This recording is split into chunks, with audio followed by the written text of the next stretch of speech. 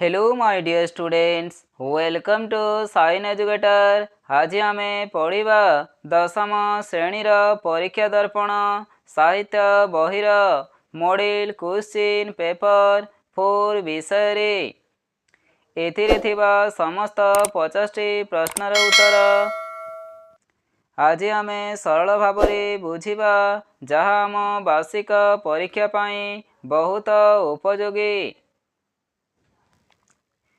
निम्नोक्त मध्यरु कांतकवि लक्ष्मीकांत महापात्रंक केउंटी गल्प संकलन देहि पद पल्लव मुदार विश्व भूमंडल कृतवर स्नेहा एठारे कृतवर शब्दटी केउ अर्थरे व्यवहृत होइछे? विद्वान अर्थरे व्यवहृत होइछे। घन घन आसन कंपई सदानंद एठारे सदानंद बोली काहाको कुहा जाइछे?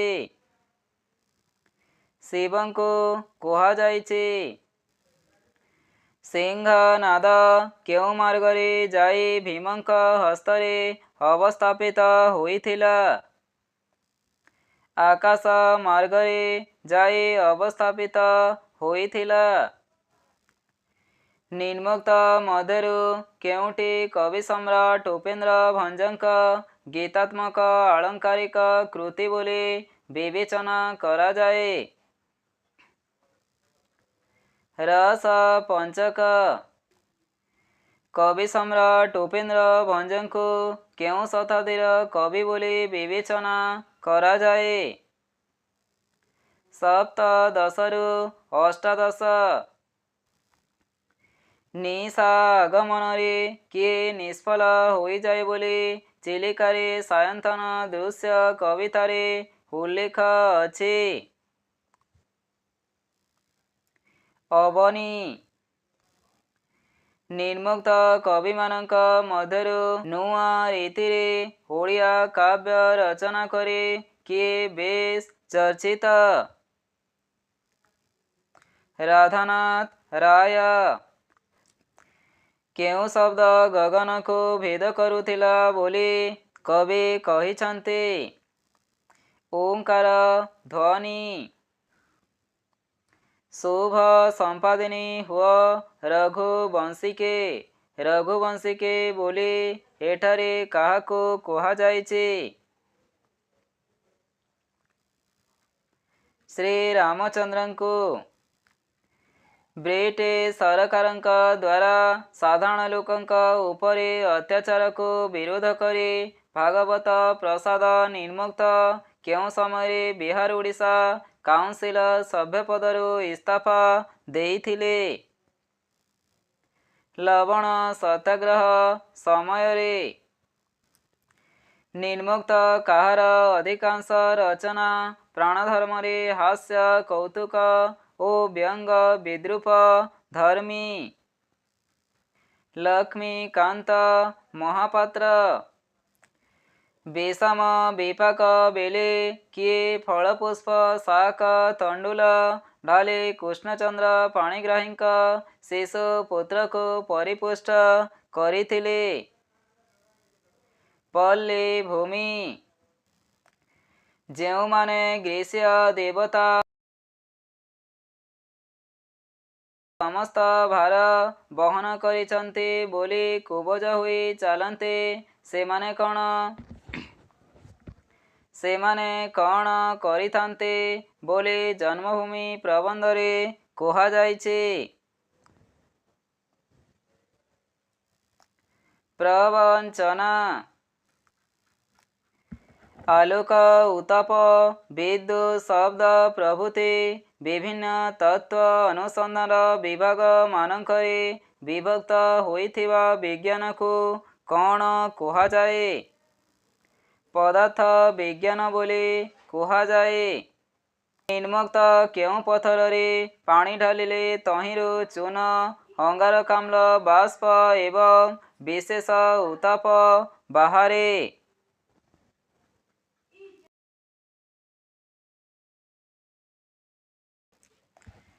ବନାନୀ ଶୈଳ ଓ ସାଗରକୁ ଲଙ୍ଘନ କରି କାହାକୁ ଚୂର୍ଣ୍ଣ କରିବାକୁ ଅନନ୍ତ ପଟ୍ଟନାୟକ ନବଯୁଗର ତରୁଣମାନଙ୍କୁ ଆହ୍ୱାନ ଦେଇଛନ୍ତି। ତିମିର କାରା ଶୋଷଣମୁକ୍ତ ଓ ଶ୍ରେଣୀହୀନ ସାମାଜିକ ତଥା ସାଂସ୍କୃତିକ ବ୍ୟବସ୍ଥା ପ୍ରବର୍ତ୍ତନ ଓ ମାନବବାଦର ଜୟଗାନ ନିମ୍ନୋକ୍ତ କେଉଁ କବିତାର ଅନ୍ତଃସ୍ୱର ଅଟେ? ଜାଗ ବନ୍ଧନହରା କବିତାର ଅନ୍ତଃସ୍ୱର ଅଟେ। ନିମ୍ନୋକ୍ତ କେଉଁ କବିତା ପୁସ୍ତକଟି ବିଦ୍ୟୁତ୍ ପ୍ରଭାଦେବୀଙ୍କ ଦ୍ୱାରା ରଚିତ ହୋଇନାହିଁ? ଛାଇର ଛଅଟା ସର୍ବସଙ୍ଗାମଟି କବିତାରେ ବିଦ୍ୟୁତ୍ ପ୍ରଭାଦେବୀ ଭାରତକୁ କେଉଁ ଭୂମି ବୋଲି କହିଛନ୍ତି? ଦେବଭୂମି ଓ ବୀରଭୂମି ବୋଲି କହିଛନ୍ତି।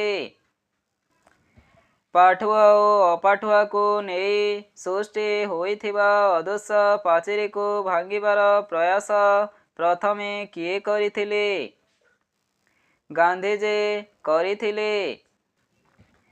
ଓଡ଼ିଆ ଛାଡ଼ି ନିଜ ମାତୃଭାଷା ବଙ୍ଗଳାରେ ଲେଖିବା କଥା ଅନ୍ନଦା ଶଙ୍କର ରାୟ କେବେ କଟକର ଏକ ସଭାରେ ସ୍ୱୀକାର କରିଥିଲେ?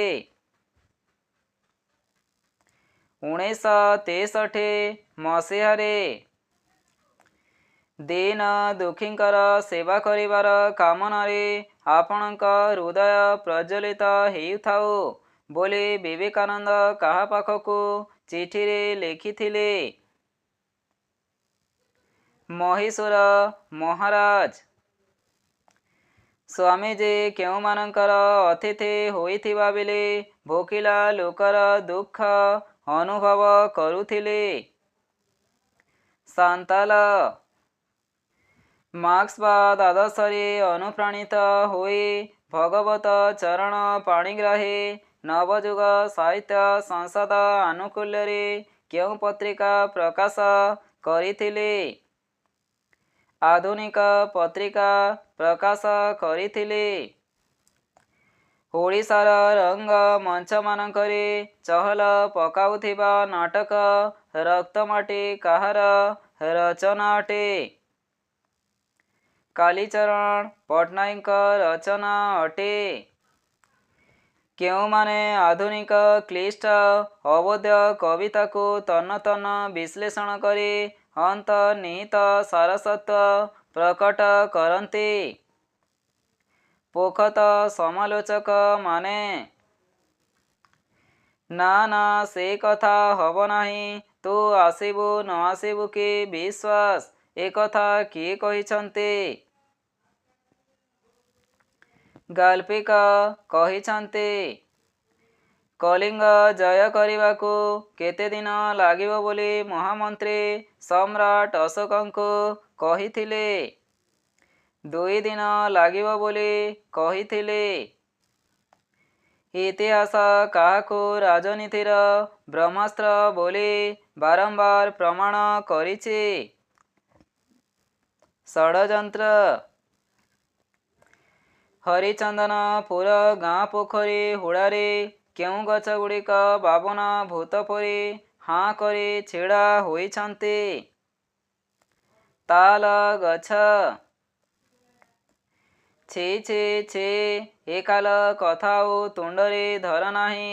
ଏଇ ଉକ୍ତିଟି କିଏ କାହାକୁ କହିଛି? ହରିଗୁଡ଼ିଆ ନଟବର ବାବୁଙ୍କୁ କହିଛି। କ୍ୟାପ୍ଟେନ ମହାପାତ୍ର ମାଡ୍ରାସରୁ ରାଉରକେଲା ଯିବା ରାସ୍ତାରେ ଅଟକି ସୁବ୍ରତ ବାବୁଙ୍କ ଘରକୁ ଆସିବାର କାରଣ କ'ଣ? ସୁବ୍ରତଙ୍କୁ ଭେଟିବାକୁ ଓ ଯାତ୍ରାଜନିତ କ୍ଳାନ୍ତି ଦୂର କରିବାକୁ। ପୂରବୀ ଦେଇଥିବା ଶେଷ ଉପହାର ବିକ୍ରି ହୋଇଯାଇଛି ଶୁଣି ସୁବ୍ରତ କେଉଁ ପ୍ରତିକ୍ରିୟା ପ୍ରଦର୍ଶନ କରିଥିଲେ?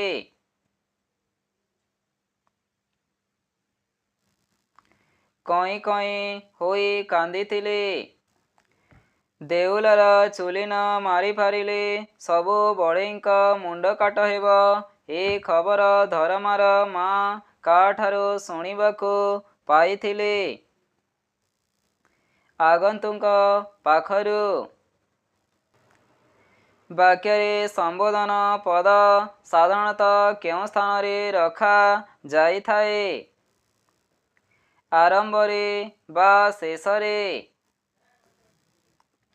ଅପ୍ରଧାନ ବାକ୍ୟ ସହ ନିମ୍ନୋକ୍ତ କେଉଁ ବାକ୍ୟ ମିଶିଲେ ଜଟିଳ ବାକ୍ୟ ହୋଇଥାଏ? ପ୍ରଧାନ ବାକ୍ୟ। ବିଜୟର କଲିକତା ଯିବା ହେବ। ଏହି ବାକ୍ୟଟି କେଉଁ ବାକ୍ୟର ଅନ୍ତର୍ଭୁକ୍ତ? କର୍ମବାଚ୍ୟ।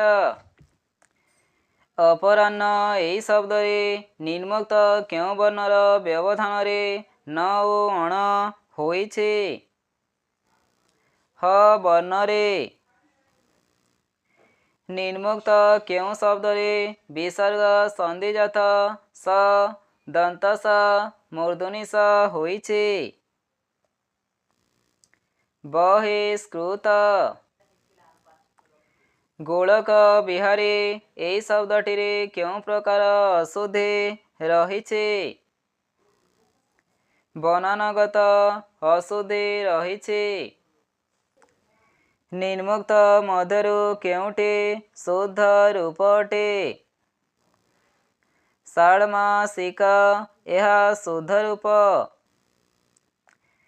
କୌଣସି ବାକ୍ୟାଂଶ ମୂଳ ଅର୍ଥକୁ ଅତିକ୍ରମ କରି ଏକ ବିଶିଷ୍ଟ ଅର୍ଥରେ ବ୍ୟବହୃତ ହେଲେ ତାହାକୁ କ'ଣ କୁହାଯାଏ? ରୂଢ଼ି ବୋଲି କୁହାଯାଏ। ମୁଣ୍ଡକୁ ତେନ୍ତୁଳିଆ ବିଛା କାମୁଡ଼ିବା ରୂଢ଼ିଟିର ପ୍ରକୃତ ଅର୍ଥ କ'ଣ? ଭୀଷଣ ଚିନ୍ତାରେ ପଡ଼ିବା। ଅଠା କାଠିରେ ପଡ଼ିବା ଏହି ଲୋକବାଣୀର ଅର୍ଥ କ'ଣ? ଅସୁବିଧା ପରିସ୍ଥିତିର ସମ୍ମୁଖୀନ ହେବା। ସମ୍ମାନ ବା ଇଜ୍ଜତ ଜୀବନଠାରୁ ଅଧିକ ଏହି ଅର୍ଥ ପ୍ରକାଶ କରୁଥିବା ଲୋକବାଣୀଟି କ'ଣ? ଜାନ୍ ଯାଉ ମାନ ଥାଉ। ପଦର ପ୍ରତ୍ୟେକ ପଂକ୍ତିକୁ କ'ଣ କୁହାଯାଏ? ପାଦ ବୋଲି କୁହାଯାଏ। ଚାରି ପାଦରେ ଗୋଟିଏ ପଦ ହୁଏ। ପ୍ରଥମ ଦ୍ୱିତୀୟ ଚତୁର୍ଥ ପାଦର ଅକ୍ଷର ସଂଖ୍ୟା 14। ଛନ୍ଦର ନାମ କ'ଣ? ଶଙ୍କରାଭରଣ ଛନ୍ଦ। ଉପମେୟ ଓ ଉପମାନକୁ ଯେଉଁ ସାଧାରଣ ଗୁଣ ହେତୁ ତୁଳନା କରାଯାଏ ତାହାକୁ କ'ଣ କୁହାଯାଏ? ସାଧାରଣ ଧର୍ମ ବୋଲି କୁହାଯାଏ। ଶ୍ୱେତାଙ୍ଗ ଚଢ଼େଇ ଗୁହା ସମୁଦ ଗତ ନାରୀ ଭେଦେ କିବା ଉଠେ ଐରାବତ। ଏଠାରେ କେଉଁ ଅଳଙ୍କାର ପ୍ରୟୋଗ କରାଯାଇଛି? ଏଠାରେ ଉତ୍ପ୍ରେକ୍ଷା ଅଳଙ୍କାର ପ୍ରୟୋଗ କରାଯାଇଛି। ଏହିପରି ଅନେକ ଭିଡ଼ିଓ ଦେଖିବା ପାଇଁ ତୁମେମାନେ ସାଇନ୍ ଏଜୁକେଟର ୟୁଟ୍ୟୁବ୍ ଚ୍ୟାନେଲକୁ ଲାଇକ୍ ସେୟାର ଆଣ୍ଡ ସବସ୍କ୍ରାଇବ୍ କରିକି ରଖନ୍ତୁ ଏବଂ ତୁମର ସାଙ୍ଗମାନଙ୍କ ସହିତ ଏହି ଭିଡ଼ିଓଟି ସେୟାର କରନ୍ତୁ। Thank you students.